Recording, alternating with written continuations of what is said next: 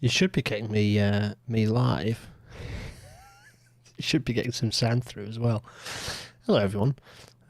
Just some last minute shenanigans going on, of course. What else would you expect? I think I've got everything sorted nicely. Yes, good. Marvellous. Sorry, I'm just checking a thing or two because it's important to do that. Yes, I think that's fine. We'll find out momentarily whether that works. Hello, everyone. It's episode 190 of Rail Natter. It's 30 years of privatisation and what should happen next. Because we have it's the 30th anniversary of this bit of legislation. This week, in fact, it received royal assent on the 5th of November 1993, which is in 4 days between now and the next episode. In 1993, the Railways Act 1993, excuse me, I'm just clearing my throat so I can read the shortened description of the Act. An act to provide for the appointment of functions of a rail regulator and a director of passenger rail franchising, of users' consultative committees for the railway industry and for certain ferry services, to make new provision with respect to the provision of railway services and the persons by whom they are to be provided or who are secure their provision, to make provision for and in connection with the grant and acquisition of rights over and the disposal of or other transfer and vesting of any property rights or liabilities by means of which railway services are or are to be provided, to amend the function of the British Railways Board, to make provision with respect to the safety of railways and the protection of railway employees and members of the public from personal injury and other risks arising from the construction of operation of railways, to make further provision with respect to a transport police, to make provision with respect to certain railway pension schemes, to make provision for and in connection with the payment of grants and subsidies in connection with railways and in connection with the provision of facilities for freight haulage by inland waterway, to make provision in relation to tramways and other guided transport systems and for connected purposes. There we are. The Railways Act 1993, yeah, and what a dreadful piece of legislation it was. Welcome to tonight's Rail Natter, everyone.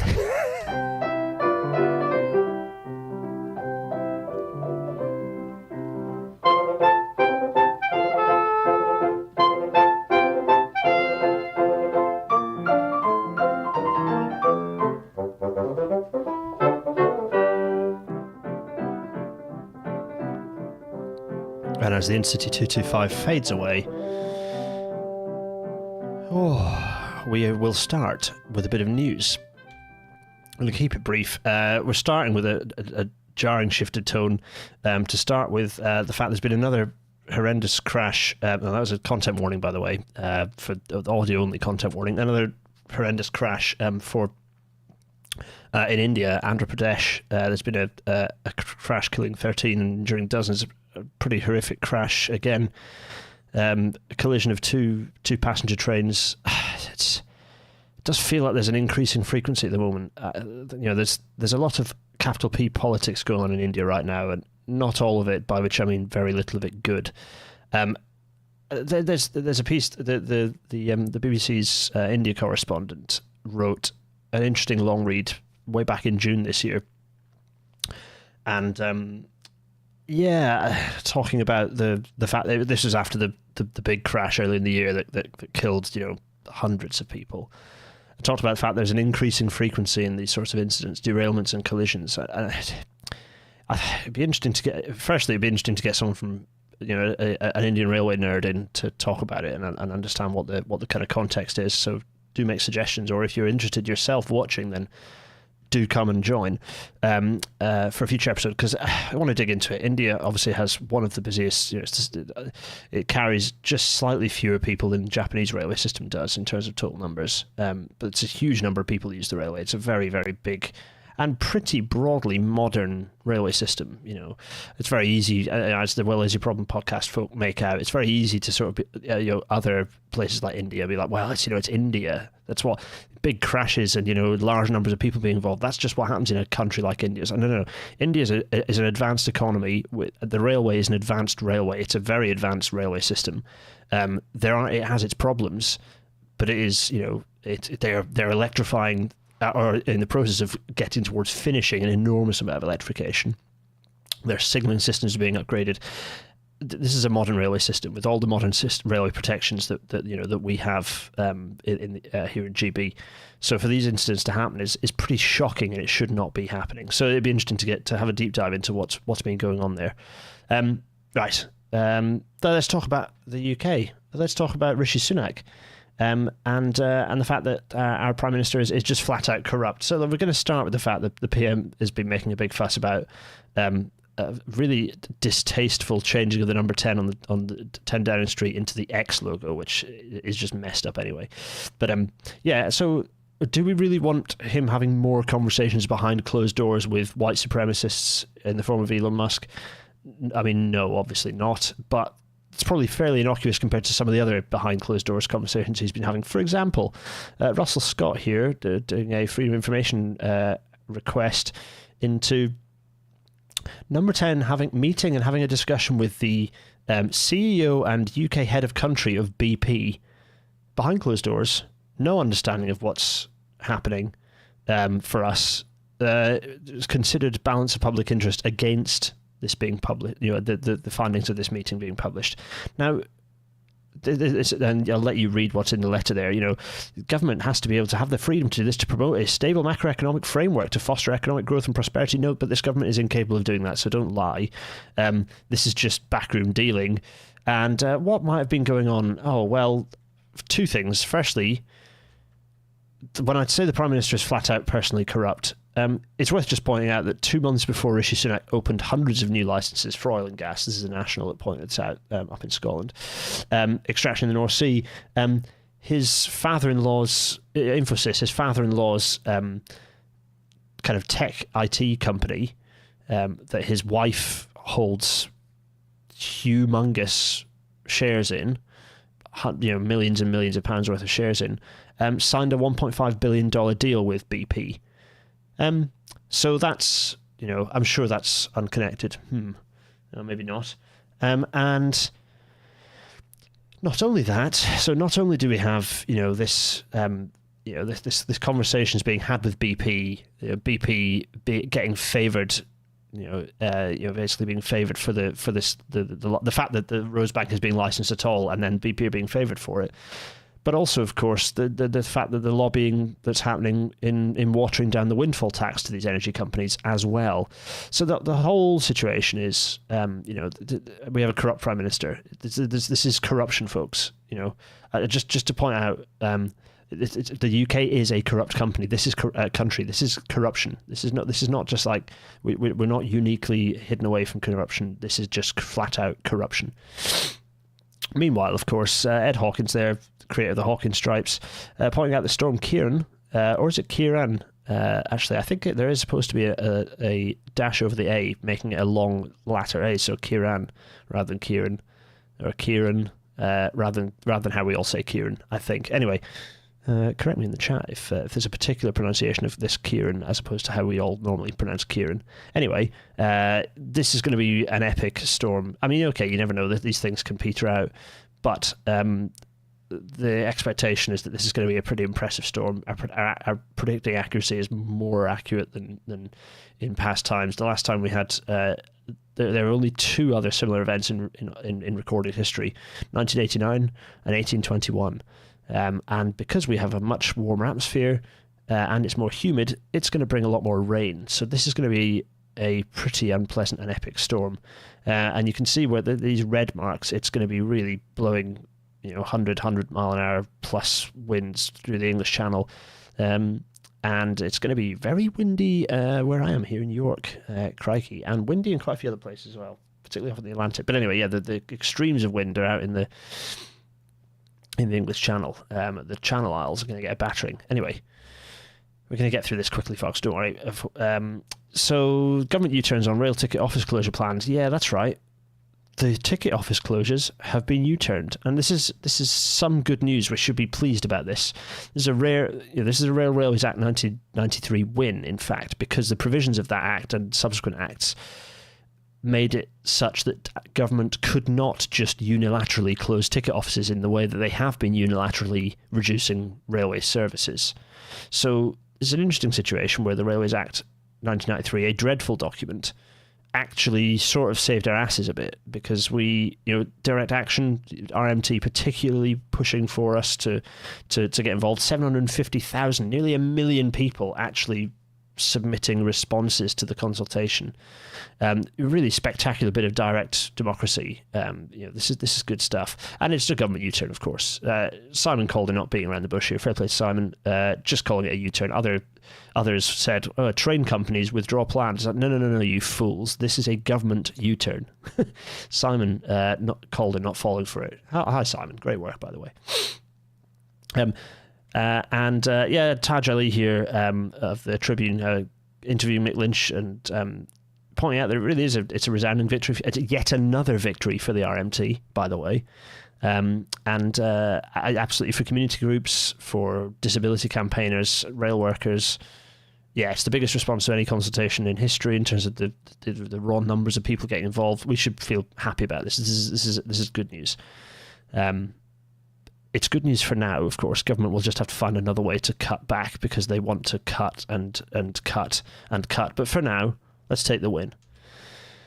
Meanwhile, related to strikes and direct action, for those people who think that driverless trains mean that you get rid of the ability of strike action to limit services, I'll just point out that the deal, here's Ian Visits, by the way, shout out to Ian Visits, there will be a strike on the Docklands Light Railway this week, or next week, in fact, Tuesday the 7th, Wednesday the 8th of November. No Docklands Light Railway, because there is a strike on a driverless train system. Oh, funny that. Related news, staying within TfL, this news, mind the gap, new Piccadilly line trains will mean platform shaving sparks new safety fears. This isn't quite as bad as it sounds. It's frustrating, but it's not quite as bad as it sounds. Essentially, the problems with accessibility are while both fleets are running simultaneously. What's happened is they will be adjusting the platform positions to match the new stock. They can't do that overnight. So for a while, because the new stock is longer, so for a while there will be a bigger gap to the existing stock as well. The only problem with this is that the new stock does not have gap fillers. So if the vehicles are longer, the bodies are longer, then it will mean that the doors are potentially a bit further away from the doors are a bit further away from the platform overall. I'm not exactly sure. I don't know whether they've positioned the doors closer to the Jacobs book. Is it articulated? Are these ones articulated? I can't quite remember. No, they can't be if they're in any case, I think they might have positioned the doors closer to the bogie to ensure that they're reasonably close to the platform. I don't know. I haven't seen the actual gauge clearance information for these, but this isn't quite as bad as it sounds. But it is frustrating that we have this less quality, this reduced safety condition when the London Underground is already pretty bad from a platform train interface perspective. Right, jumping back to our government, here's a classic abysmal cost of short-termism story. Councils in England paying nearly £2 billion a year to house people in temporary homes because that is enough money for them to build about 100,000 new homes over 5 years. And they could just build those homes instead of putting people up in bed and breakfasts and other temporary homes and hotels. It's just an absolutely classic example of the government unwilling to invest, will not let councils invest, doesn't give councils the power to invest, so councils have to burn through their very limited revenue that they already have had chopped by 50% or more in some cases.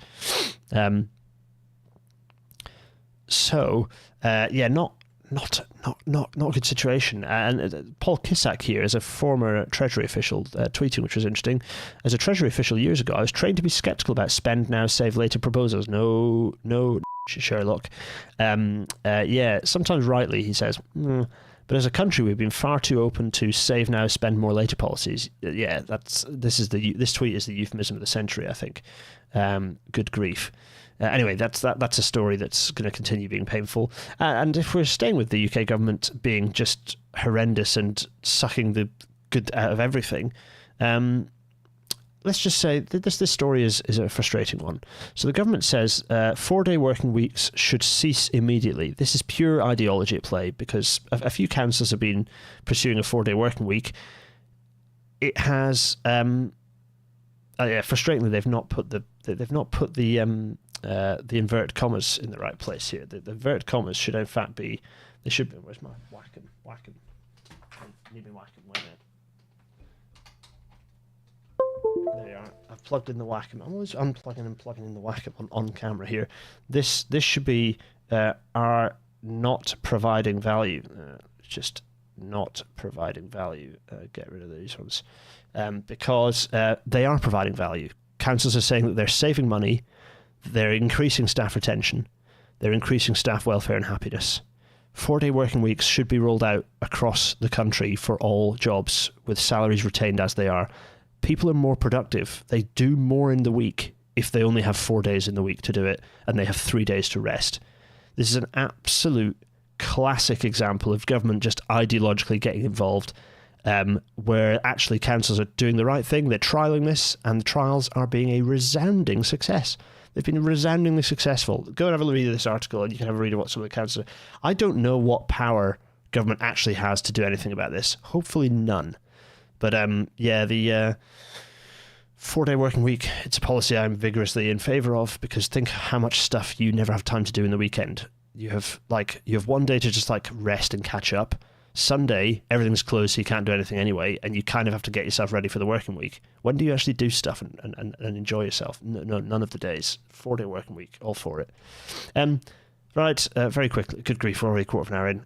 Has Andy Burnham been told? This is Chris at Rail Focus saying, has Andy Burnham been told by Labour to tone it down regarding HS2? I find it strange that he's peddling Tory nonsense about freed up money. It is frustrating he's been saying that, because that money doesn't exist. He knows full well, and as Chris says, he knows full well that the Tories have no interest in providing 12 billion for a new line between Liverpool and Manchester. Yeah, absolutely, that money is made up. Stevie and Selby saying, surely the inverted commas should be around government in the previous slide. Yeah, quite possibly.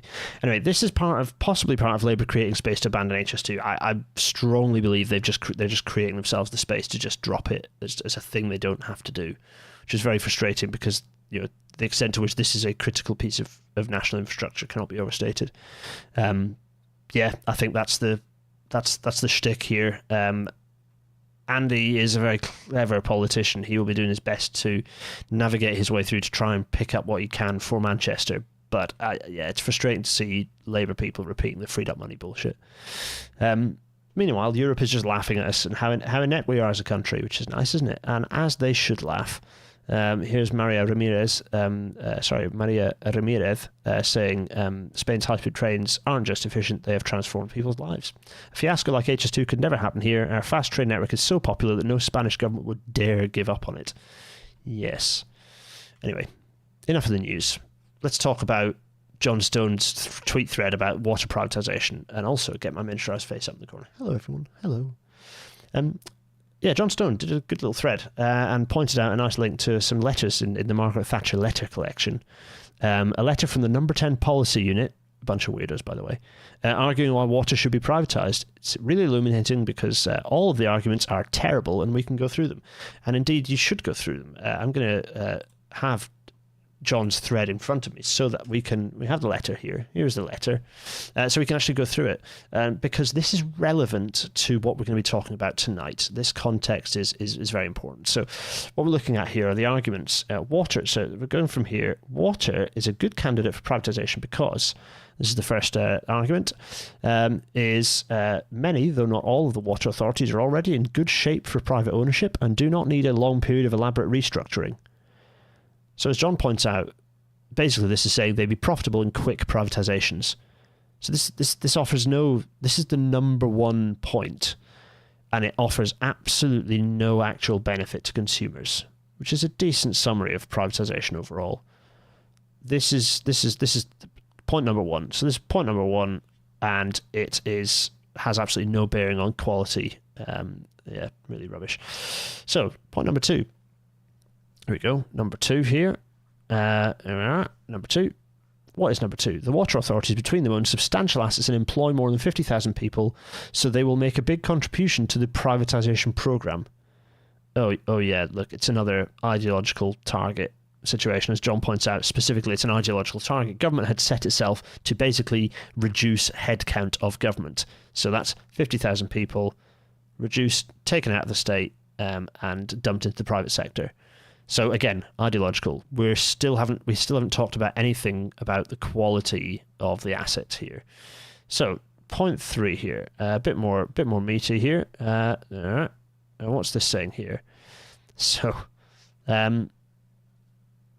water authorities would be able to invest more. So we've got the water authorities say they need to invest in renewing their assets faster than Treasury constraints permit. Well, no. Who says? Do they actually say that? No. That's because Treasury has its own constraints. That's, again, a political point. And privatisation would free them from those constraints and allow them to borrow from the private market for future investment, yielding more spending on Britain's now fashionable infrastructure. Inverted commas, there's a new word back then. Without any adverse effects on the basically the balance, the public spending. What's the PSBR? Public spend, basically the balance of the debt to GDP ratio is essentially what that's saying. PSBR is what's now talked about as the debt to GDP ratio. The trouble with this is that it didn't happen. It didn't happen at all. In fact, the companies chased profits and actually less money was spent. We hopped to the FT from a year or two ago, and since the 1990s, spending on new infrastructure has fallen by up to a fifth. So they're spending less, not more. Yes, and you're absolutely right, Raphael Nicolaus. This number 3 is just an argument to abolish the Treasury and shift investment away from investment determinations away from the Treasury. Number 4. Let's have a look at number 4. Number 4. We would not be selling off a national monopoly like BT because the performance of each of the 10 water authorities can be measured against that of the others, introducing an element of competition at the margin not unlike that of the 4 regional groupings of railway companies before nationalisation. Oh boy, oh boy, oh boy, oh boy. Much to unpick here. For example, consumers cannot choose between them. They can't switch between them. Why would you think that there would be any competition between them? We have not seen competition between franchised operators. Public sector borrowing requirement. Thank you, Gareth. That's PSBR, public sector borrowing requirement. They do still use that actually as a termination, but basically means debt to GDP ratio, taking off the books, as it were. So that number 4 is the made up competition one. We've all seen this before. This is all relevant, by the way. Keep all this. This has to be kept fresh in your mind. What's number 5? Number 5 here. The last one here is.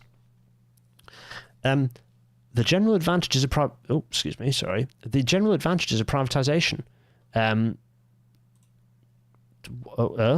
Okay. What are those? Such as wider share ownership by the public and employees. Why is that an advantage? Okay. Removal of state interference. Again, that's an ideological point.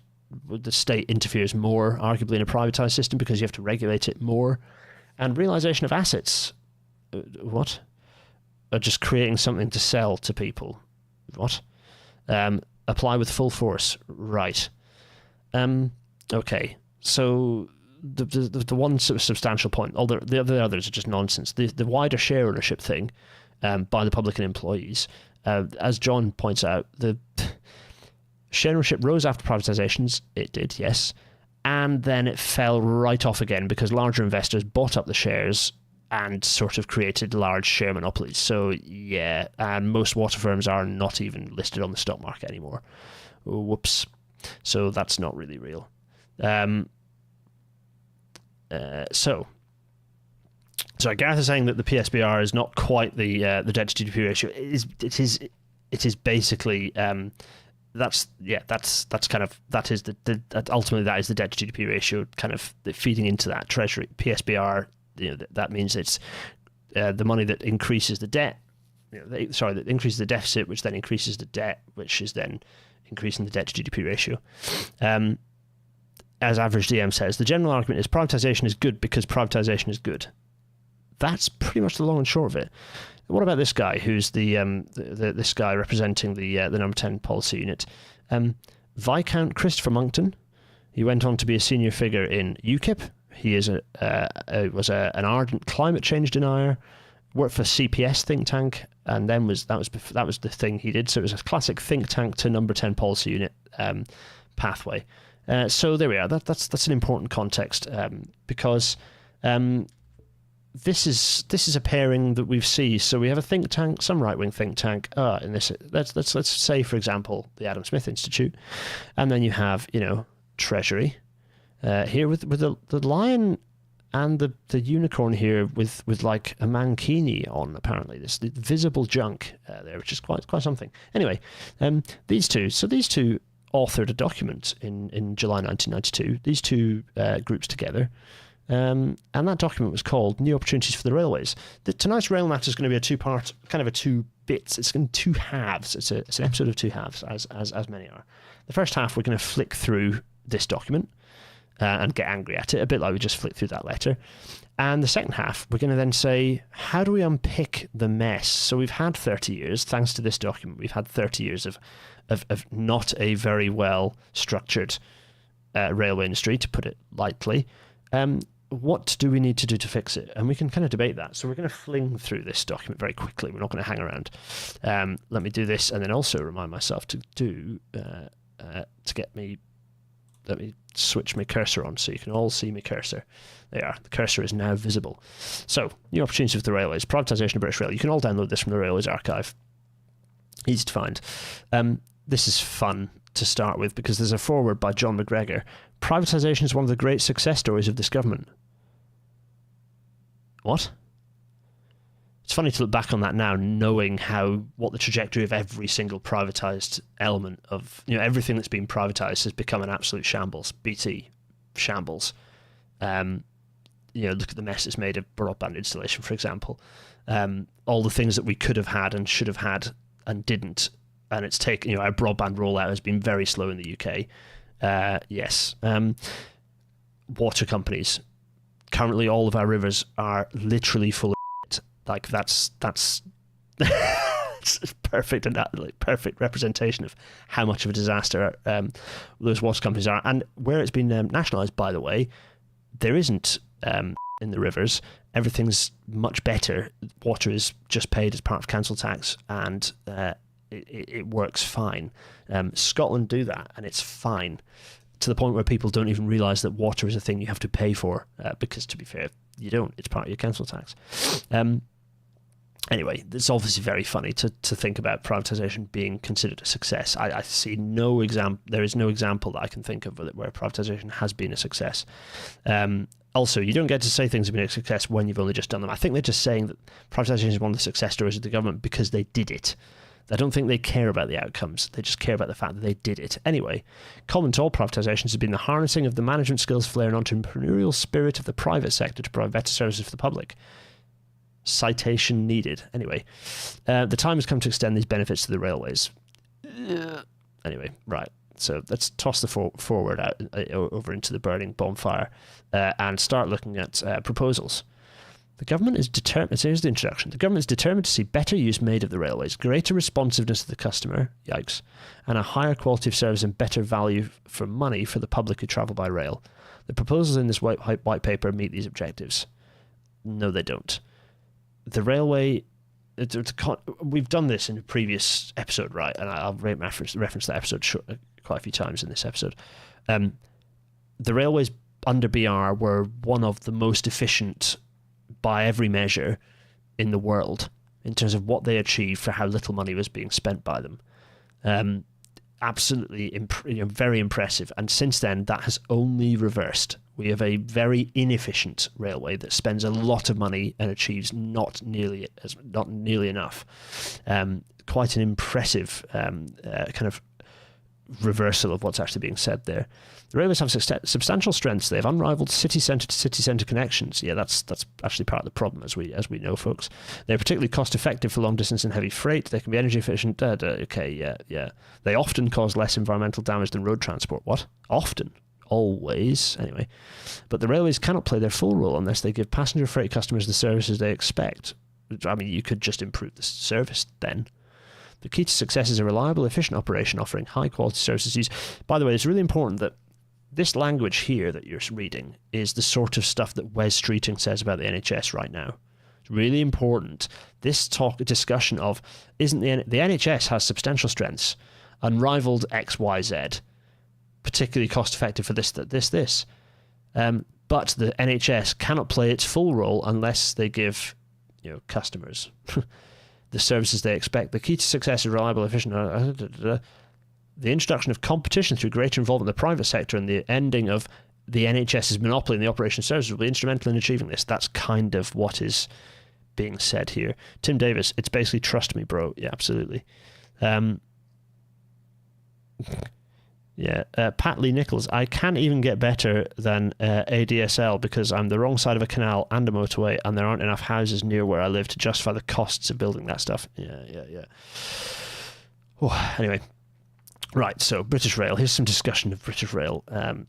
Saying British Rail has made significant improvements in recent years. Its efficiency compares well with that of other European railways. The productivity of the BR workforce is among the highest of any European railway. Intercity services and BR freight operate without direct subsidy. Then why are you privatising it then? Investment in the railways has greatly increased. Yeah, good. And by the way, folks, continue to increase after privatisation. There's nothing to do with privatisation. It's just that government realised that the desire of the public was for more railways, so they had to spend more money. Regular users know that performance of the railways is not good enough. Too frequently is fun. Too frequently and on too many lines, the quality of service fails to meet the travelling public's expectations. Has that changed? I would go with no.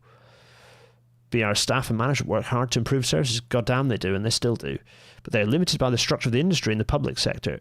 You could just put a line through that and say limited by the structure of the industry in the private sector. Do you see what I'm talking about? This is ideology. There's no substantive consideration of the actual needs of the railway system here. This is ideology, plain and simple. The industry is more insulated from the demands of the market than its private sector airline, coach and road haulage competitors. Now I wonder why that might be. Is it because you obfuscate the public subsidy and investment in those other sectors in a way that you don't with the railway? Is it that the railway is obviously and clearly directly funded, whereas those other things, the money is spent in clever and more complex ways that are not so obvious to the public? I wonder. It therefore has fewer incentives to improve its performance and less freedom to respond to what the customer wants. The idea of the structure we have now being public customer, like being customer responsive, when the only major changes it's made have been government instigated ones. Quite remarkable. Let's jump to the last paragraph of that section. In other countries, the private sector is actively involved in the railways. Already 40% of Japan's railways are private, and it is the Japanese government's intention to privatise the remainder. Yeah. Google how that's gone, by the way, folks. Some interesting news stories about how well that's gone. The Swedish government enabled the private sector to operate certain railway services through a tendering system. Again, Google how that's gone. The privately owned American freight railways have been successful and profitable over the last 10 years. Yeah, notice that there is no discussion of the passenger railways in there, which are state-owned. Anyway, so here they are. They're framing here. The government has paid particular attention to the following issues in the framing of its proposal: safety, quality of service, essential passenger services, network benefits, opportunities for employees, and environmental benefits. Interesting, that's there. Services must not be disrupted by organisational change. The pace of change must take account of the need to keep services running efficiently. Fine. Options. Right, here we go. This is the fun bit. So, government has considered a number of options for future structure of the railway. It would not be practical to privatise BR as a single entity because its financial losses are too great.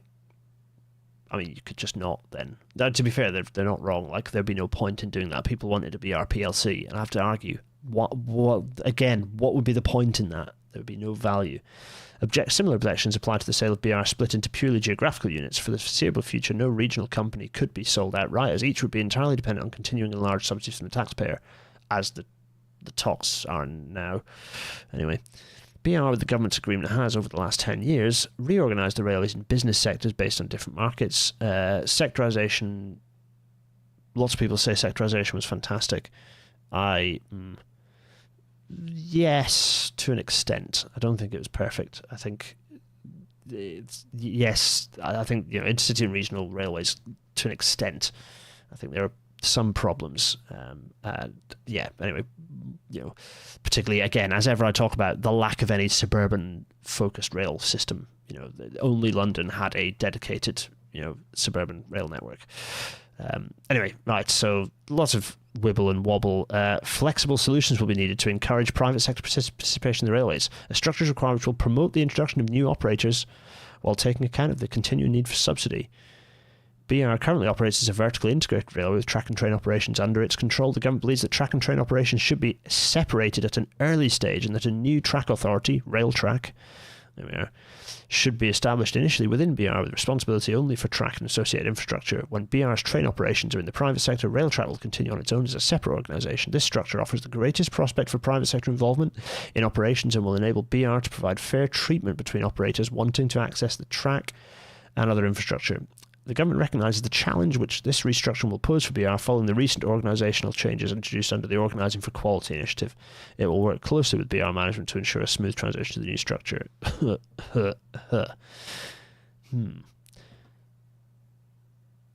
So, yeah, there we are. Blah, blah, blah. Summary proposals. So, yeah.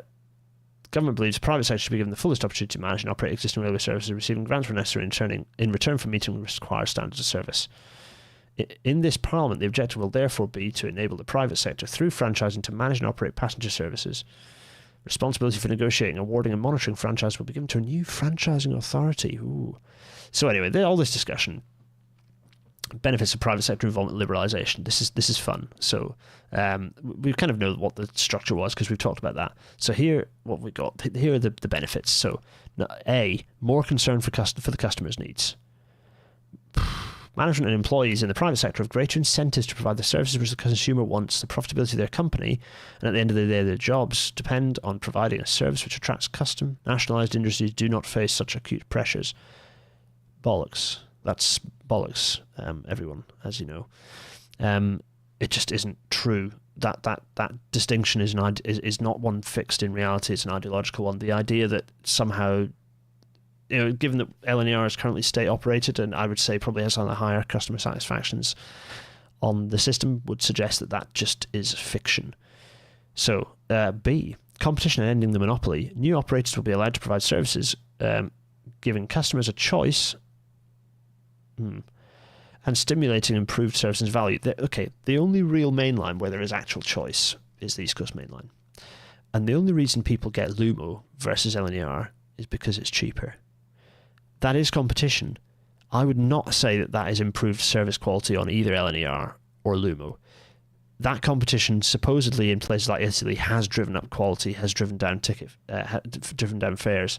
There has been no such response in the UK because our network is that much more full. We have that much less space on paths, and fares are that much higher as a percentage of income. So that one doesn't work. Management freedom. Railway management should be free to get on with its main task of running services to the satisfaction of passengers and customers. I mean, that's true anyway. The government's proposals will provide for greater participation by the private sector in railway operation. How is that relevant to the previous one? Management freedom has nothing to do with private and public. With less scope and justification for government involvement in managerial issues. That's a problem we have now more than ever before. Government is meddling more than ever before in the railway. This is the main problem. Clear and enforceable quality standards. Okay, fine. That, again, could be done more easily with the state, whatever. E, motivation. Franchising passenger services to reflect regional and local identities will help boost the pride that all employees take in providing a high-quality service to the travelling public. You could argue that was true for Virgin, but I would not say that anyone wearing a First logo felt passion for the company they worked for. If they did, they need their head checking a bit. Efficiency. Smaller operating companies will bring more localised management close to the public and greater opportunities to cut out waste and otherwise reduce costs without sacrificing quality. I love this. Cut out waste. Given the layers of management required, the people employed to keep the train operating companies functioning, remarkable. Absolutely remarkable. Anyway, so we don't need to go through all the detail. I think we've kind of got the general feel of it enough, really. This goes into some of the actual nuts and bolts of it. Again, talking about successes and how much Intercity has been a success. European passenger services, the Channel Tunnel and so on. Network Southeast Regional, local authorities, they're talking about the local authorities systems. Again, messy. Private sector, this is funny. The private sector instance, the government believes the private sector will respond to the opportunities to enter the market for providing rail services. They've taken on contracted out services elsewhere in the public sector. In addition to private sector, this is funny because the number of companies interested in bidding for franchises in the UK right now is so small. There is so little corporate interest in running railway, train operating companies in the UK right now. So little. Investment in infrastructure. The 1990s will see a number of major new railway projects. Planning is in hand on projects to build new lines such as the East-West Crossrail link between Liverpool Street and Paddington. Construct the Channel Tunnel. I mean, that did happen. Although I wouldn't say it opened up new travel opportunities beyond Eurostar, sadly. Anyway, investment will be largely financed from charges to operators, including supporter. No, they won't. They'll be government. They'll be largely from government, because very rapidly it was largely from government. Railtrack will normally have the lead responsibility for promoting major investment, including electrification. Oh, they're mentioning electrification. My God, incredible. This is hot off the tail of East Coast electrification, and it was a visible success at that point. It felt like a success. Killed off by privatisation, incidentally. Anyway, right, fine. Freight, fine. Parcels, completely killed off. Parcels didn't disappear, but the railway's ability to move them was completely killed off by privatisation. Great success. Freedom of access, okay, yeah, whatever. Maintenance depot stations, regulation, all this stuff about regulated closure procedure. Here we are. This is the bit that saved our asses on ticket offices. Oh my goodness. Environment, to find safety, and then all this stuff about managing safety, employee network benefits. The government believes that BR's management and employees will benefit from working in an environment in which it will be possible to raise standards of service and establish greater management freedom within appropriate financial and quality disciplines. None of that requires public or private, particularly. The government will encourage employees to take a direct stake in the future of the franchised or privatised businesses in which they work. This is the Milton Friedman view of market liberalisation and extreme kind of everyone becomes a shareholder. We all become shareholders. All of us become shareholders in the companies we work for, all this crazy stuff. The trade unions in the industry, this isn't about cooperative ownership, by the way. The intention is that you become small. And of course, there are no, are there any, they're all big companies. Anyway, in most cases, they're European rail operators who run our services. Anyway, the trade unions, one of the great winners of privatisation were the trade unions, rightly so, because the system actually this all happened with the intention of splitting the unions up. That didn't happen. The unions stayed as big, strong, powerful units, which greatly disappointed government at the time. Ticketing, technical standard. Okay, ticketing hasn't really changed. In fact, ticketing has basically been frozen since this paper was written, which is hilarious. Technical standards and research. So the standards stay, initially within BR. Similarly, BR will remain responsible for tracking infrastructure-related research for the railway industry in cooperation with train service operators as appropriate. The government is considering how best to involve the private sector in railway research. Railway research also basically died at this point. It ended. BTP, no change. The way forwards. So this is kind of coming into our second half. So this is the government saying what happens next. Before the end of this parliament, the government intends to sell all this stuff just to make it all happen, to kill it all off. Remarkable. Now, with that in mind, and that having gone through the document, we know what happened next, don't we, folks? Everything went to hell over the next 30 years up until now. We went through it all in episode 148. Every asterisk way that the Railways Act 1993 has resulted in today's mess. Yes, we went through all of that. So we went through the ways in which BR...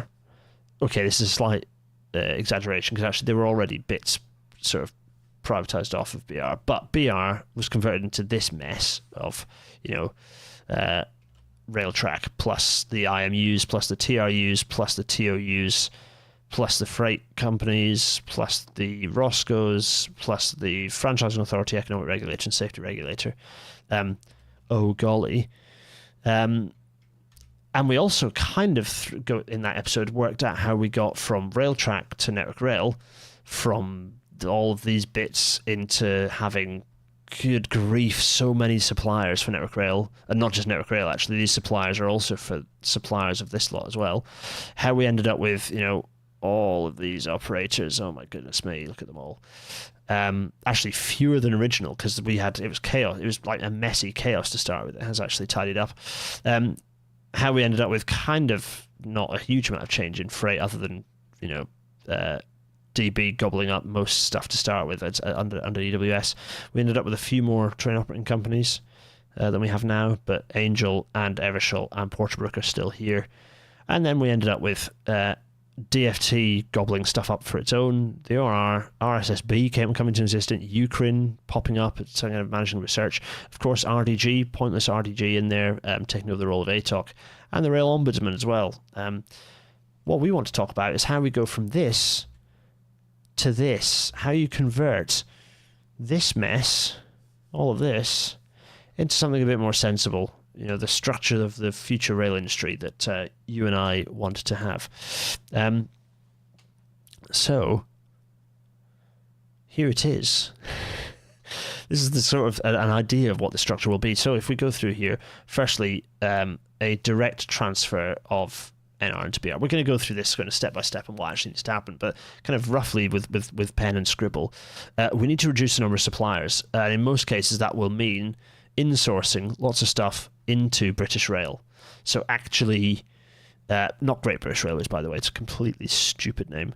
I don't know who DB are selling. DB, it's interesting, isn't it? So DB are selling, DB Schenker are not doing well, so they're looking to sell, DB Cargo. DB Cargo are looking to divest, but also they're looking to get rid of Grand Central, Cross Country, Chiltern. Who else is Arriva?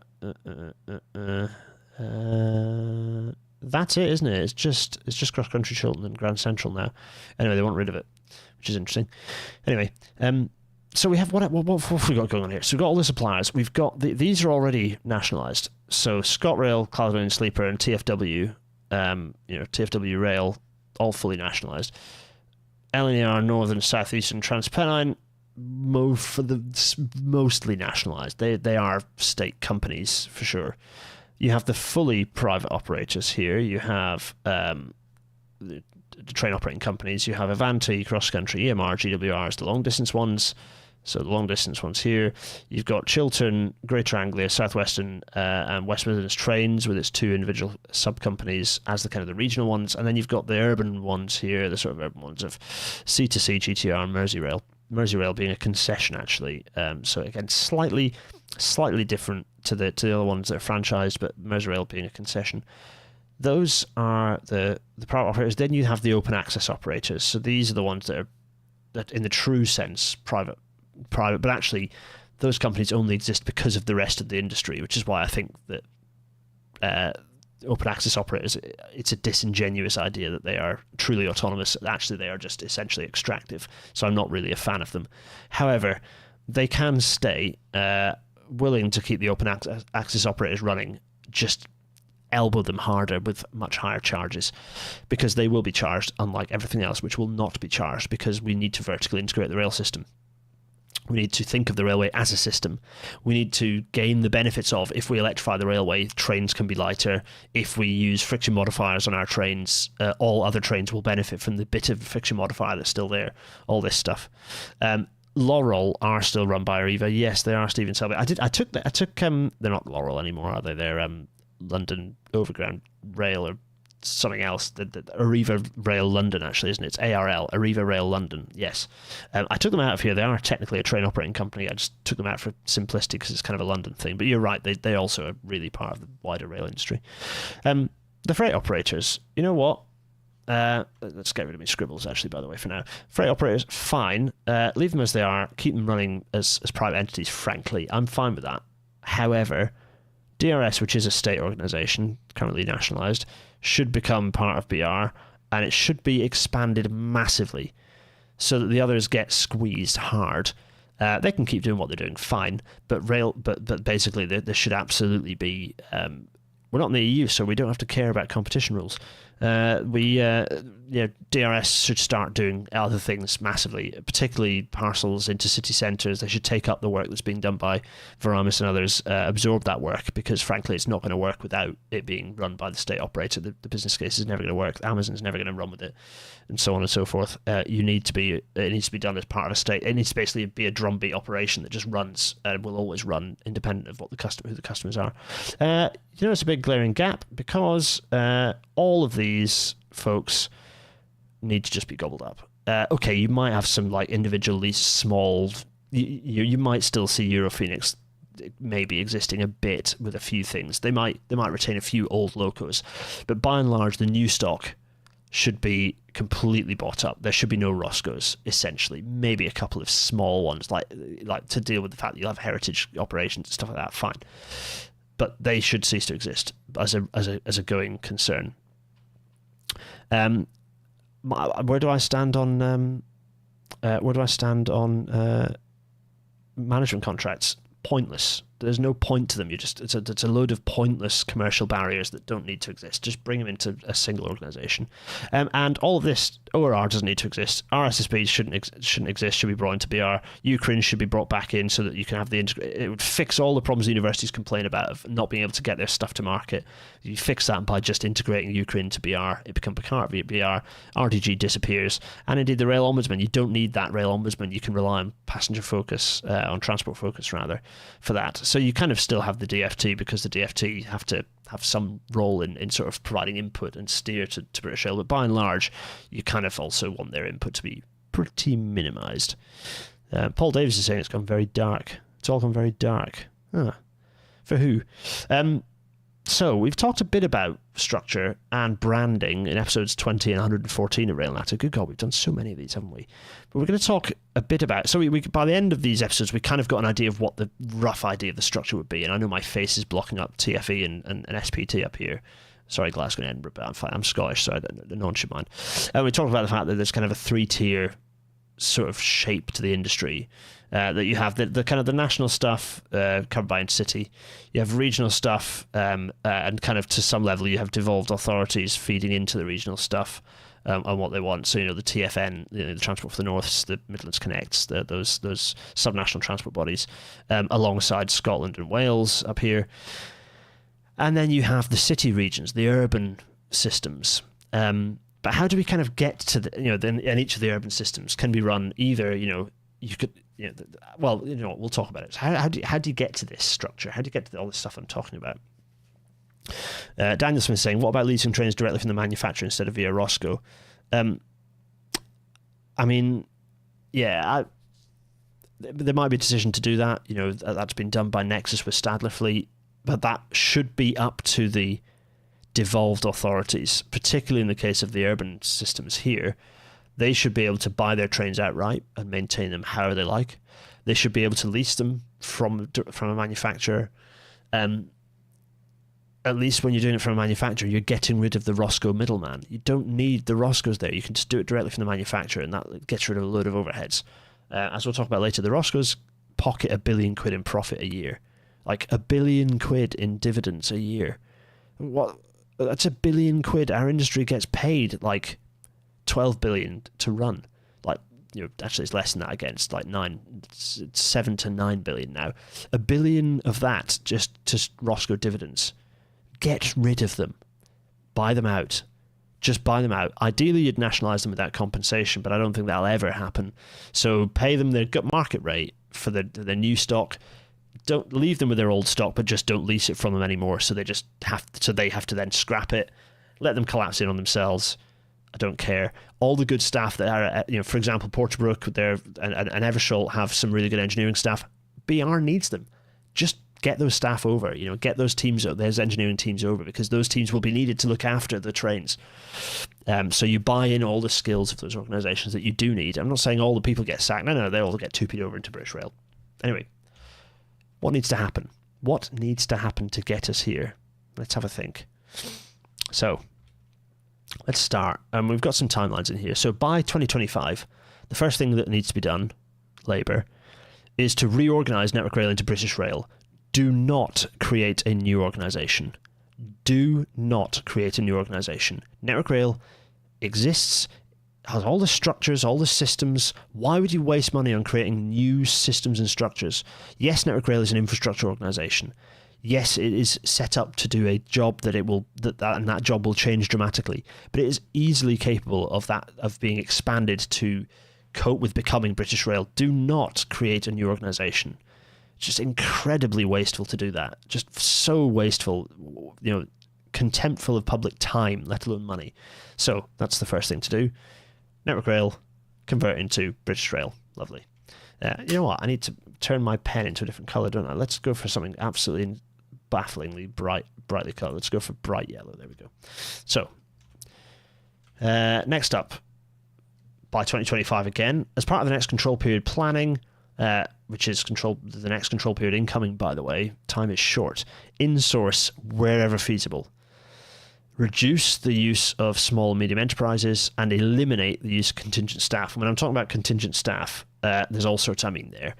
Facilities management, all of that needs to be in-housed. Staffing agencies for track staff, for safety critical staff, gone. Bring them in-house. Or at least stop contractors from using them and bring it into the contractors, and also body shopping. I was body shopping into Network Rail a while back with Arcadis. They were paying me twice. Network Rail would have been paying at least twice as much as Arcade, as if they just had if they just employed me directly. But that's because Network Rail aren't allowed to employ any people, but they are allowed to spend enormous amounts of money on bringing people in to do the things that they should just be doing as Network Rail. Hugely wasteful, absolutely, utterly wasteful use of staff. So, this is the fun bit, right? Network Rail, currently, the trouble with the yellow is that it's not going to work on white, is it? Maybe I just go with black. Should we go with black? Should we go with the black. There we go. Yeah, that works, doesn't it? Network Rail currently has 4,183 suppliers. No, seriously. There are so many. Here they are. Look, there's the A's, the B's, the C's. It's over 4,000. Here they go. Look at them all. Now, not all of these are going to go away because some of them are, for example, Ordnance Survey or the National Grid for their electricity or whatever it is. Universities, loads of things. These are not. You're not going to reduce this to zero. But you do not need to have 4,000 suppliers. There's so many, and there are lots of the SMEs are things that create little widgets and things. Fine, but there are so many things that you can insource. Like this is oh my goodness me, 4,000 plus contracts, all the lawyers, all the time it takes for those to be processed. Bring it in house. So much that can be brought in house. Mighty is a good start. So. What are we doing by 2025? DRS. Incorporate DRS into BR. Expand services, including express parcel services currently under trial. So umbrella those trials because they're not going to survive without it, frankly. And integrate with urban delivery plans, which should also be happening. These things, all of what I'm talking about, cannot just happen within the railway world. Okay, by 2025 it probably mostly will, but these things start having. Certainly, once you look in 2025 beyond, you need to stop looking at the railway as just the railway and start looking at transport and logistics as a whole, and indeed placemaking, house building, so on. So there's DRS, and you're going to convert it into British rail freight. There are BR rail freight, marvelous, and it can do all sorts of magical things. It can do all the magical things it's doing now and more. What else? By 2025, well, of course, the actual legislation for British Rail to take its full legal position and power needs to start getting moved rapidly. This is really necessary. You have to get moving. This is really, really key. That has to get moving for BR to be able to do its big stuff. It needs to actually exist it needs to be allowed to exist as a legal entity. There is the British Rail with, by the way, rail symbol 2, and of course. This is Rail Alphabet 2, except it's Rail Alphabet 2 Prime because it's Rail Alphabet 2 is not bold, and it's also the kerning is too wide, so I condense it by a point, and put it in bold, and then it basically resembles RA1. That's essentially the situation. Nucker is saying, sorry, I have been missing all your chat. I will do a bit of a face chat and we'll go through. Certainly at the end, we'll go through questions. Also, do at me, and I can spot your comments as we go through here. Street cycle hires are very important in the public transport ecosystem. Do you think that is something that should continue to be operated privately? It's an interesting question. No.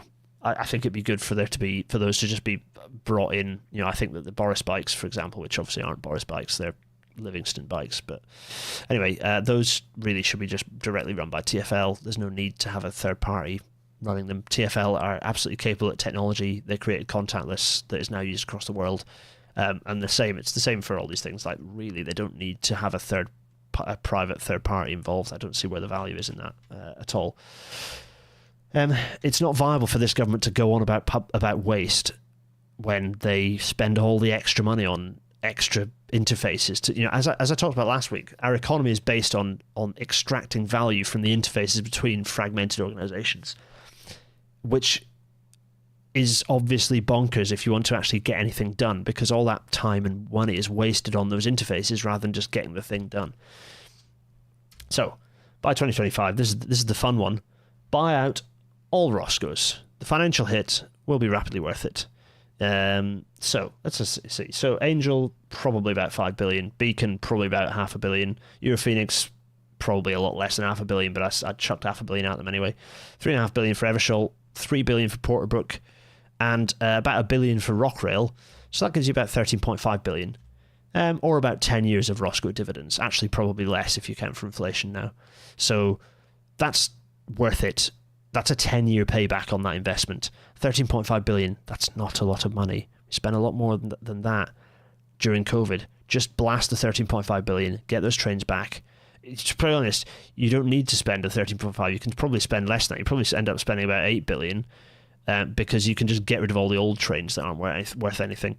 Just don't buy those. Just say, you know what, Angel, you can have those and no one's going to lease them, and then you can collapse in on yourself on your own. But by the way, we're going to have all of your engineering staff and all of your skilled practitioners who understand bringing in new rolling stock as well as looking after existing rolling stock. Yes, so that's just an absolute immediate win. Need to do that. What else by 2025? Though this starts getting key, and this is the sort of thing government can do very easily. Well, no, it can't, but it should be able to do very easily. By 2025, set ambitious modal shift targets for 2050, agree the minimum funding envelope until 2050, then get out of the way. That's what needs to happen. So, what do I mean by that? Well, don't worry, this isn't going to go too much longer, folks, I promise, but it's important stuff here. There are two documents here that I want to pick up on things that were good documents, that one of which did reach its potential, except that it didn't because it was ignored, and the other didn't reach its full potential at all. The first is we both of these we've gone through in previous episodes. The first is the WICA Mass Transit Vision 2040. It died a death, didn't it? Very good document.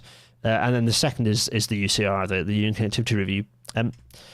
Here's the West Yorkshire Mass Transit document. Key thing that it points out is that 7% of journey to work by public transport currently. So what you do is, and they admittedly didn't in this document, is you say, well, we want that to be 45%, for example. I don't see why it couldn't be 50%, but they might decide, we reckon that we could get that up to 45%. That number, these two numbers here, these two numbers that I've had, so this is 7%, and then 45%. These numbers are what allows you to go, well, the system needs to look like this. This is what the infrastructure needs to look like to achieve that. These are where we need to open new stations. This is what you need to do, right? However, you jump to the UCR. The UCR picked up. So this is on a corridor, by the way. This is the South Leeds to Dewsbury corridor. This is this document. You remember when I went through this? Hopefully, all of you have been through this with me. It's a fantastic document. Ironically, oh look, NPR and HS2 in Leeds. Oh. Anyway, no, the UCR it talked a bit about mode share. It talked about the fact that corridor has seen 100% growth since 2008-2009 and no new infrastructure. Obviously, they've shown HS2 on there, lol. But no mention of potential future mode share. None. big gap. This is where the UCR failed. It should have set the vision for what that mode share should be, but of course it can't do that, and absolutely would not do this under the current car maniac government. But the TUC have done it for us. So thanks, TUC. We went through this document as well in the previous rail natter, so we know what the additional passenger kilometres required to be to get us to climate emergency compliance. And we know we've got a pretty decent idea of what those additional capital costs will be. So we know what the targets need to be. We know what the extra funding needs to look like. That work has been done. You could do more of it. 2025 is not an unreasonable target to achieve that. I talk about the percentages. The mission target is the high numbers, the mode shares. How you achieve those is more detailed and requires more time. And that's where you could be, so by 2027, all devolved authorities should have published infrastructure plans. The national strategy should incorporate these plans, but have things like, the big projects like high-speed rail and what have you included, freight gauge clearance and so on. And then capital delivery and funding timescales should be agreed by this point, so by 2027. Ultimately, you need a plan, and the plan, when I talk about a plan, what I mean is a big map that says this is what the system should look like by 2050. That's what a plan is. It's a map with the stuff on it and what should look like what when. Treasury at the moment will get in the way of this. This is where you have some fun, because Treasury, they've got rid of the junk, by the way, which is a bit of a shame. There's no bits and pieces, which is very sad. Hello to Gareth's mum, by the way, if you're watching. Not my mum, although possibly I know my mother-in-law watches. Hello, my mother-in-law. I shouldn't think about it too much, because then I won't do my risque gags. Anyway, they've tidied up the animals here. The animals are less anatomically accurate. They've turned it to clip art, basically. Clip art Treasury. Anyhow, Treasury causes problems, of course. No Anglesey. Oh yeah, that's right. Sorry, Anglesey. I don't know why. I also know Isle of Wight. But Anglesey definitely really is the mainland, isn't it? Still, sort of. Or is it? I don't know. There's the contiguous Big Britain Isle. Anyway, I digress. Treasury is a problem. You're not going to manage any of this if Treasury still exists. They need to be gone. And how we do that, well, that's for someone else to decide, but Treasury needs to have gone by this point, because none of this can happen with them still in place. So let's jump forward to 2030. End non-open access train operating company contracts as soon as possible. Incorporate all of them into BR. Retain existing city region operators, if desired by regional authorities. Okay, what do I mean by this? So here are all the expiry dates of the train operating companies. The last one is East Midlands Rail in 2030. The first is C2C, which is nice. That C2C one, just give it to TfL, to be honest. I mean, TfL won't want it because their funding envelope is rubbish, but obviously, ideally, a government would expand that funding envelope to be functional. And you can see there's this big spread, and October 2030 is a long way away. Ideally, you pull these forward. So if there's any way to bring these timescales shorter rather than just letting the lapse, then that would be nice. But that's what the timescales currently are for those contracts. So I'll give you an idea of what that looks like. By 2030, devolution needs to have been fixed. We've got a bit of time to actually do this. Devolution is key. The actual structure of government in the UK, which Labour has talked a lot about, and changing it, and altering where power sits, needs to be fixed by 2030, and the industry structure has to be fixed to it. The industry structure cannot be independent of the structure of government in the country. So the rail industry needs to be aligned to that devolution, and so too does ticketing, because you can't think of ticketing in isolation. And frankly, central government should have not much to do with most of the tickets that people use. Let's talk a bit about what I mean by that. Well, here's the latest devolution status map of England. As you can see, it's chaos and anarchy.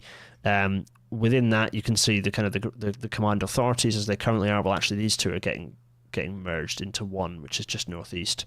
I don't know whether that's a political decision because of who runs it, but anyway, northeast. Obviously, there's also Cambridgeshire and Peterborough, which isn't a city region. It's just a combined authority because it got to act together.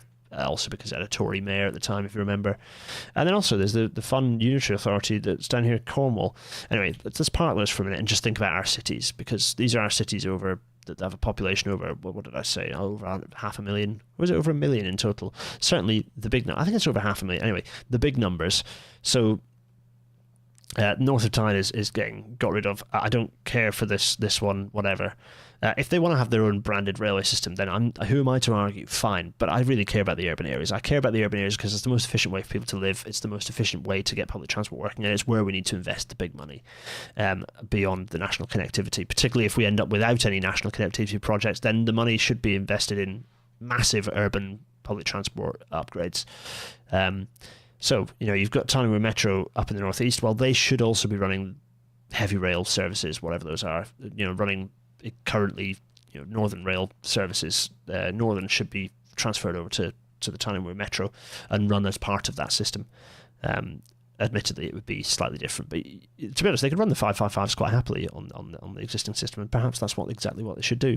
West Yorkshire Metro, with its rubbish branding, should get its. It already has several, basically segregated lines other than through Leeds, hence HS2 being useful. The B network should get rail in Greater Manchester. Obviously, Merseyrail is already running in Liverpool City Region. Is a concession. There's every intention. Liverpool City Region have every intention of taking that concession in-house when it expires. I think in 2028, is it? I can't remember when it is. It's not far. I think it's 2028. They're going to take it anyway, but they should get more. They should have more. Their system should expand. They should be running up to Preston. Potentially up to certainly expanding quite dramatically to gobble up more.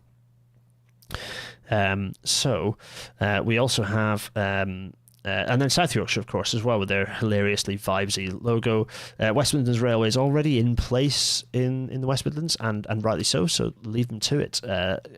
Potentially expand their system, expand the tracks that they're in charge of. I'll talk a bit about tracks, trains, ownership momentarily. East Midlands should have a system. Bristol doesn't currently and should. The Solent should as well, whether it's transport for the Hampshire or transport for Solent. They were talking about becoming a combined authority, and then government said no because they changed their mind. And then obviously London already is fine. So it's basically trying to get everything else like London in terms of the level of centralised autonomy. So I put this map of Germany up quite a lot. Here you can see all the green and the yellow here. The green is sort of metro or S-Bahn as they call it, and then tram train is the kind of the lime green or yellow. Well, I created a version of it ish, not perfect, a few little flibbles here and there. Don't worry about those. A version of it of what it could look like, given we have a very dense railway network. What it could look like for the UK, and actually you can see quite interestingly that you do end up with basically integrated systems for the Scottish Central Belt. The northeast should be a single integrated system. You end up with an almost contiguous mass of the Midlands and the north, which fine. I mean, you'd end up with interfaces. You kind of end up with ticketing interfaces, which is not an unheard of thing. I think it would be more difficult to unpick those interfaces between Liverpool and Greater Manchester, but it's doable to have those. And likewise, South Yorkshire, West Yorkshire becomes a little more complicated, but they exist now under the PT arrangement, so you could certainly manage it. But yeah, you end up with this nice big bits. Likewise, South Wales, Bristol, nice lump, and then Solent down here, and then London. Well, there's I think an expansion of the suburban network that TfL run is a good idea. Again, Sadiq Khan probably not wanting it at the moment because it would be a big financial burden really at the moment. But Anna, Tyne local here. Metro are currently doing a data gathering exercise about perceptions around the Tyne and Wear Metro. Happy to direct people in the comments towards that open survey. Oh yes, please, Anna. Wait a minute. I'll give you a spanner. You can drop a link in the chat. Wait a minute. Watch this. I have the power. There we go. There you go, Anna. You're now a spanner. I hope you don't mind. I hope you don't take offence at becoming a spanner. But you can drop a link in the chat for people to do that. Anyway, this is opportunity here. I see this as opportunity. I just typed the letter E into the chat. That's not helpful for anyone. Right. I'm going to pause after this city regions thing to just sort of say hello to everyone. We're going to finish up by 5:30. Give city regions the power. These city regions, whether they continue to be combined authorities or whether their powers slightly change, whatever happens, is give city regions the power to either. So this is either own and operate the complete rail system. They should be, this shouldn't come from central government, as in what they do should not come from central government. Different combined authorities, different city regions might have different preferences, different feelings, different financial resources, different political desires. They should be able to do any of the above. The likelihood is that the most cost-effective is the top one, which is to just own and operate a complete rail system. That might not work if you don't have segregated infrastructure entirely, but you do want to kind of still have your own systems. So then you might want to, for example, run services using your own trains on British rail infrastructure. You might want to run services using British Rail trains and infrastructure. Or you might just want to brand British Rail services using BR trains and infrastructure.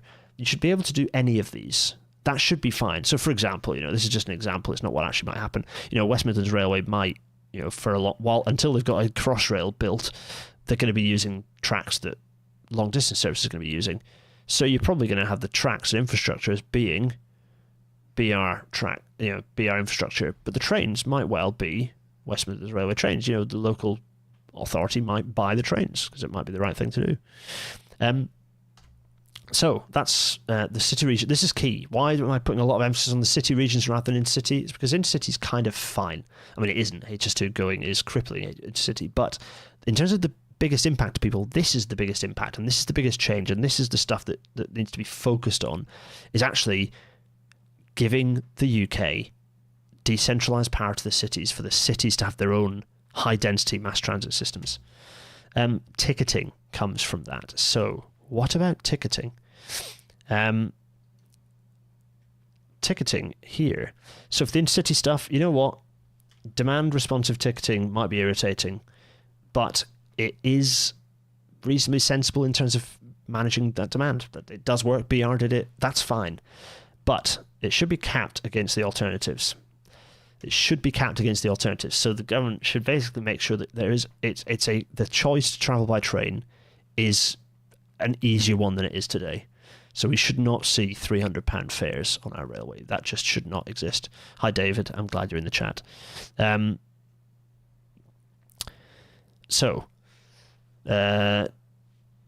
David asked an interesting question, which I'm going to. In fact, I'll finish the fares and then we'll pick up that question because it's a good question. I do want to address it. In terms of the regional fares, so that includes ScotRail and Trafnidiaeth Cymru, but and BR regional, which would cover the kind of in an ideal world it would be our federalised England, but that might not be the case for a longer while. The fares should be set by the devolved authorities. That might include Transport for the North. It might include the other subnational transport bodies. Certainly, ScotRail and TfW should be covering their. Well, that's Trains Wales. The TfW should be covering their. But they should have decisions over what the fares are. They should be set by the devolved authorities. But they ideally will not include peak and off-peak. They would be fixed rate by distance. So the intercity stuff, demand responsive, but the regional stuff, fixed rate by distance. So you can go zonal, whatever it happens to be, but it's fixed rate by distance rather than hugely complicated systems. So this is the way that you decomplicate fares. And then when you get down to the city regions, fares should be set by the devolved authorities flatly. That's it. You just let the cities decide what fares are going to be, and they can decide what fares are going to be. That's that. They can decide to do that because they'll have the fundraising powers to decide whether everyone is going to pay a small transport levy, like happens in lots of places. Everyone just pays a small transport levy, and that pays for the transport system and the fares, or whether an alternative means. But you know what? The cities should decide that. That shouldn't be for central government to decide. Let the cities do it. Work out what's best. They can borrow from each other in terms of ideas. That's how we should run it. So. I'm going to now go big face, and I'm going to say, what do we want to do, everyone? What is the thing that we want? The question was from Dave Frankel. What's the advantage of city regions owning their own heavy rail infrastructure? Is it not better for economies of scale to have one network / British Rail? It might be. There might be a feeling of the devolved authorities that they want to that it makes sense for them to just let British Rail do the run everything. But sorry, you might see I'm doing some slide editing in the background, standard me. But they should have that choice. And the reality is that in quite a lot of situations, Merseyrail, for example, want to have their own infrastructure because they just want to have the responsibility for it themselves. They want to be able to essentially have that system segregated so they can just run passenger services. They don't worry about freight getting in the way or whatever it happens to be.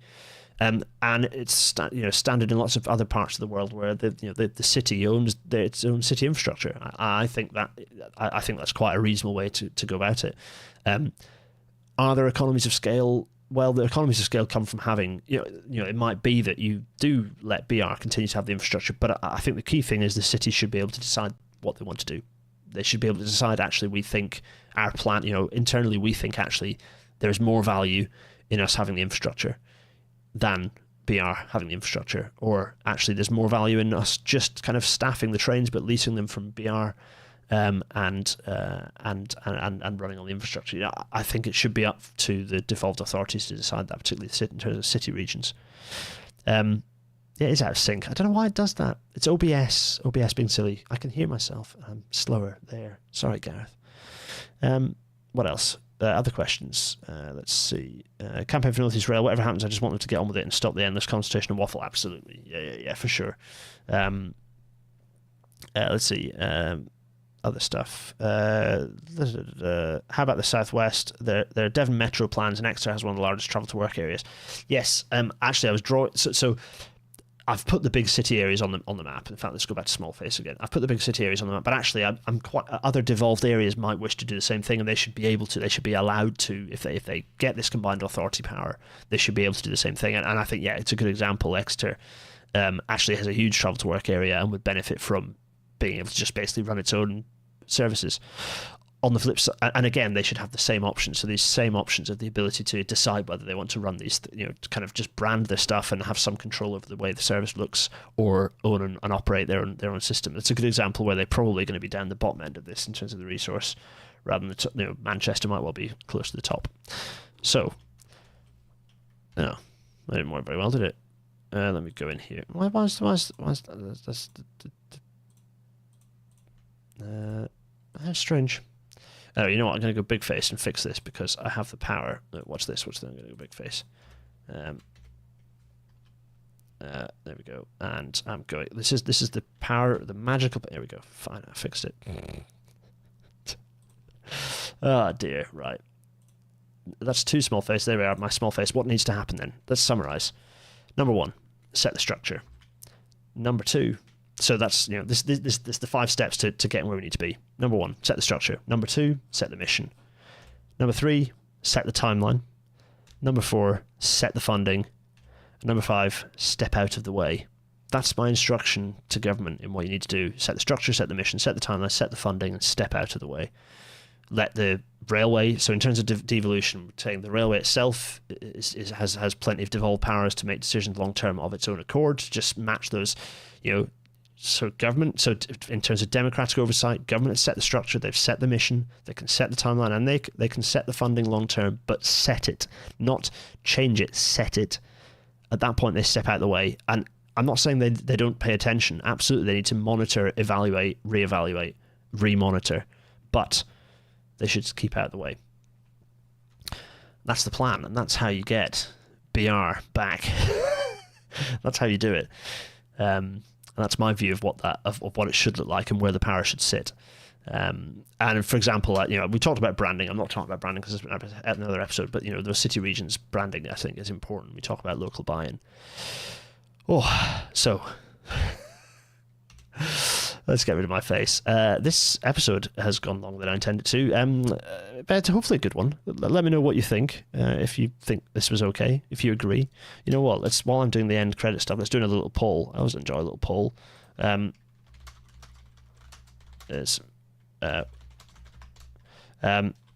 you think this proposal? Do you think this would work? There we are. Start poll. There we go. Poll started. We're going. So, Richard Moody is absolutely right. We should be living in the most exciting time for public transport since the invention of the railways. Absolutely, and yet we are not. Structure before mission. Yeah, no, structure before mission. No, because the structure is kind of independent of what the mission. The structure is to do with the shape of the country. The mission is kind of. I think the mission comes afterwards. You didn't expect the crayons would be going out, Gareth. I know, we've done a lot in this episode, haven't we? Anyway, sorry everyone, audio only. Thanks so much for listening. Please do leave reviews and stuff, and do bump our listenership. In fact, something quite exciting happened relating to our audio only listeners recently, which is fun, which I want to talk about. Which was certainly in Spotify. I don't see it for any others, but certainly on Spotify. Oh dear, on Spotify we got like a little. Just tidying up my slide. Spotify, we got a little boost because we reached number 14 in the UK technology podcast chart. Look, there we are, number 14. Just behind, or a little bit behind, Brendan O'Neill and his Maniacs, the heavy metal is playing, and only a little bit behind W2IP, which is quite remarkable. Hello, W2IP, lovelies. We that day dropped down one again, which was sad, but we were still ahead of. Paris, Mark's. They're behind us, which is remarkable because Tech Won't Save Us is brilliant. We were also ahead of 30 Minutes to the Moon, which is also brilliant. So anyway, sadly we've dropped entirely off those charts now. But however we managed to get up there, let's make that happen again. That was fun. So Spotify, yeah, do that. Thanks. Let's see if we can catch up with Brendan O'Neill. Ooh, let's get him. Anyway, the usual plugs: patreon.com/Gareth Dennis. The logo's changed. Thanks, Patreon. Stop changing logo. You've been changing it like every 5 minutes for the last 10 years. Teespring, or Spring. Merch, garethdennis.uk/merch. I need to update all of the merchandise with the new Rail Natter thing, but it's not that different that you've all now got exclusive special editions. The Build HS2 Now hoodie still absolutely applies, of course. PayPal.me/GarethDennis for loose abuse and change. That works. GarethDennis.uk/Discord for the chat to continue ad infinitum. On and on and on. Forever and ever. A little update. So a while back, not that long, like a month ago or something, wasn't it? I said we had 8,685 subscribers on the YouTube, and I'd quite like to hit 10,000 by the end of the year. And we had 1,300 left. Well, we now only have 767 left. So we're now at 9,233 subscribers. That's pretty good. Let's see if we can hit 10,000 by the end of the year. Go on, if you've watched this and are not a subscriber, hit subscribe.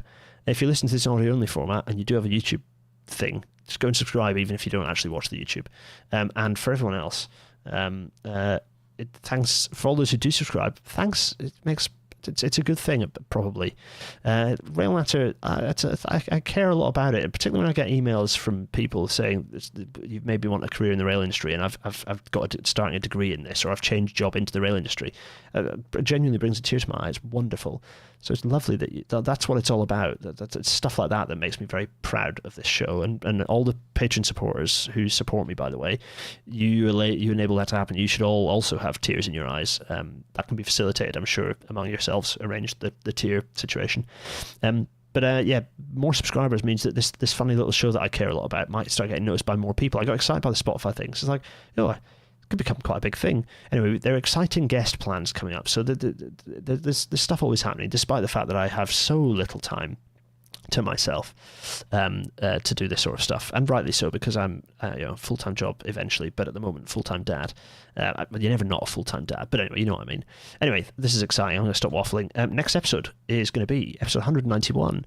Chris Valkoinen is giving us a little tour through some fun documentation related to the fact that it's going to be pretty much exactly 40 years. Actually, it's 40 years and a month since the UK built its first high-speed line, which of course is the Selby diversion, as you can see by the picture in the background. Anyway, wait, what? Michael C., you got a play button sent to you. Oh my goodness. I would love to get... I want the play button so much, but I'm never going to get a play button. I don't do this full-time. I don't think I could if I didn't do it full-time. Anyway, we're losing viewers rapidly because it's the end of the episode and they're all like, right, we're going to go to bed, because it's also 9:30 in the night. Oh my goodness, it is later when we start at 8, isn't it? Anyway, right, everyone. I'm going to go big face. I haven't seen any new questions come up. Thanks everyone for watching. It's been lovely. I'm waving. Miles is waving behind us. Hello, Miles. We're going to see you next week. It's a pre-record, by the way, but I promise it'll be worth it. I'm going to wave. Cheerio, everyone. Dave, I'll see you for a call in a minute. Thanks, David. Bye. Bye. Cheerio, everyone. Cheerio.